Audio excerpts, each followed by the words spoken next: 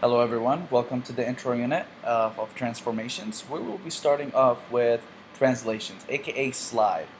And what translation actually means is you're basically taking one picture, one image, one line, whatever it may be, one object, and you're sliding it. You're basically copying it and pasting it somewhere else on the page. And if you notice when you do copy and paste, you keep the same information, the same shape, same whatever. So in this case, for translation, it maintains the same measurements, same angles, and then same size, same distance between the points and everything. So in this case, we have a square, and the square has length of the sides as 4 units, and then the angles are obviously 90 degrees.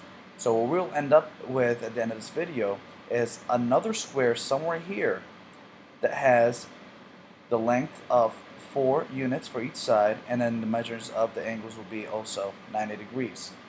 Now, in order for us to do that, we have to follow a certain rule in translation, and that rule is covered by something called the vector.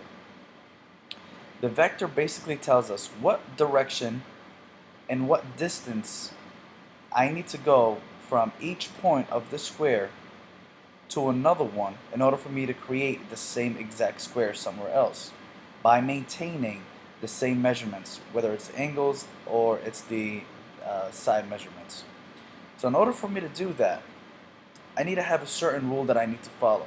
Do I want this square to go up? Do I want it to go right? Do I want it to go down, left? How do I want to translate this? Where do I want it to end up? Well, I want it to end up somewhere up here, right? So I'm going to create a certain rule.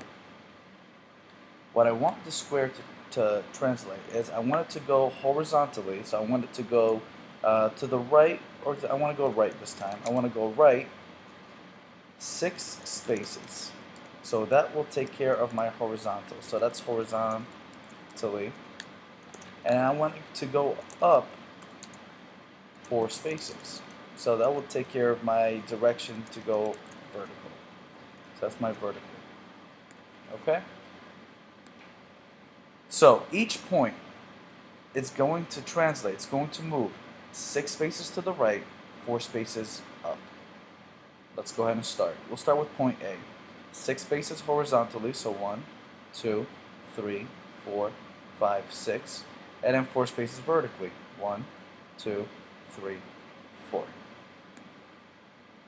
Let's look at point B. 6 spaces horizontally. 1, 2, 3, 4, 5, 6. And then 4 spaces vertically. 1, 2, 3, 4. Alright, let's take care of point C. 6 spaces horizontally. 1, 2, 3, 4, 5, 6. And then 4 spaces vertically. 1, 2, 3, 4. Last one would be point D. 6 spaces horizontally. 1, 2, 3, 4, 5, 6. And then 4 spaces vertically. 1, 2, 3, 4. Now the last thing that's left for me to do is to go ahead and close this up. So I could have my translated square. And let's change the color here so we can see it a little better. We'll make it blue. Okay. And then what I want to do is basically look at this point and look at that point. That is the translated point from here. So I don't want to name it differently. I want to name it the same, but I'm going to call it prime. And prime basically means it's the translated image. It is the actual image of the pre-image. So I'm going to rename this A prime. I'm going to rename this. So this was from point B. I translated over to here. So that's going to be B prime. The C translated over to here, so that's going to be my C prime. And then D translated over to here, and then we're going to call that the D prime. Okay, so this would end up being, just rename it. It won't let me rename. There we go. That's distance A prime.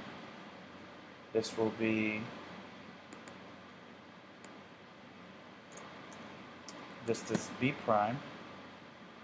This will be distance C prime, and this would be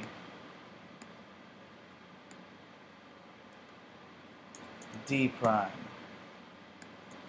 So what we have done is we've translated each point and the whole polygon shape, the whole square, over 6 spaces horizontally and 4 spaces vertically. Now when you think horizontal and vertical, you think about slope, you think about rise and run. How many points, how many spaces did I rise from this point to get me to that point? And how many did I run? So when you think about that, you think about your rise and run, your slope, which is the change between corresponding points. Those are points in the same position in both images. So if I'm looking at the left top point of the square, the left top point of this square would be that point, which is why we call it A prime. They are in the same position. B and B are in the same position. C and C, D and D. So slope represents the first part of this vector that we're dealing with, which is the direction. What is the direction that we went? So how does this translate over to the slope with rise over run? Well, how many did I rise? How many spaces did I rise from this original point to that point? If I was to travel from here to here, I would have to go up 1, 2, 3, 4. I would have to rise 4. How many did I run? I'm here. I need to get to my A prime, so I need to run 1, 2, 3, 4, 5, 6 spaces. So I had to run 6 spaces. Now remember, your slope is rise over run, so it will be 4 over 6. Now we can go ahead and put that into the lowest terms and simplify 4 over 6, and that will be 2/3. So that would be my slope. That's the change, that's the direction that I went from point A to A prime, up 4 over 6. But if you notice, this is exactly what we did here. We went vertically 4, horizontally 6. That was the rule that I wanted to translate these two, this shape into that shape. Okay, that takes care of slope. That takes care of the intro of vector, and basically how to translate one shape, object, whatever it may be, onto somewhere else by following a certain rule that is applied. All right, take care.